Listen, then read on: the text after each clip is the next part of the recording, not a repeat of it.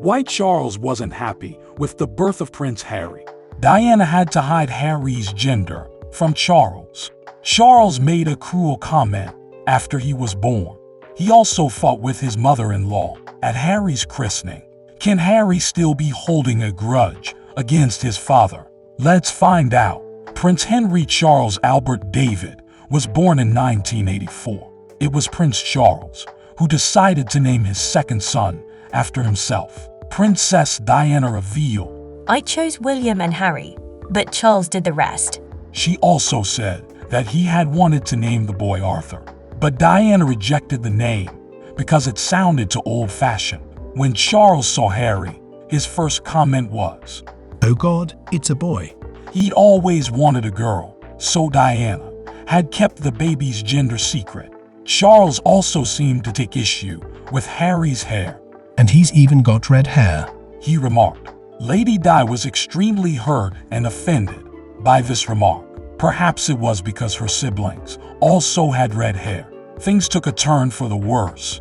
At Harry's christening, Charles approached Diana's mom, Frances Shand, and said, "We were so disappointed. We thought it would be a girl."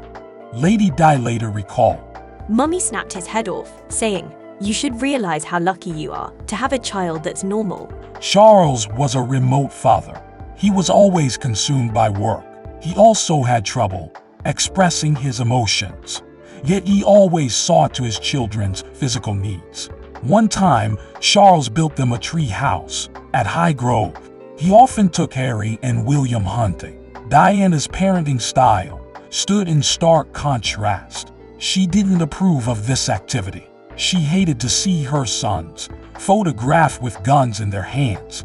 Diana tried to show them an ordinary life. She drove her sons to school and took them on ski trips.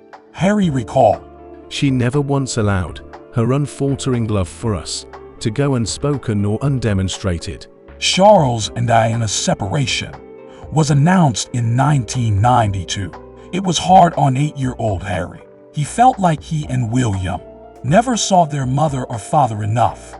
Growing up in a fractured family also shaped his attitude. Harry decided that he was going to marry only for love. Diana's death in 1997 devastated him. It was Charles who delivered the news. Harry recounted being in disbelief. He added that his father made sure his sons were protected and looked after. At the same time, Charles shut down emotionally. He stopped talking about Diana. He also didn't share the details of her fatal car crash. Harry didn't know whether it had been an assassination or an accident. Charles still supported him financially. As a senior royal, Harry received 5% of his income from taxpayers. The rest was allocated by Charles and generated through the Duchy of Cornwall. In 2020, Prince Harry and Meghan Markle stepped away from the monarchy. Harry told Oprah Winfrey that he was cut off financially. For a while, Charles stopped answering his calls. That made Harry feel let down. He once told Meghan, "I lost my dad in this process." Charles wasn't so public about their rift. He did speak of Harry in his first address as King Charles III. "I want also to express my love for Harry and Meghan as they continue to build their lives overseas.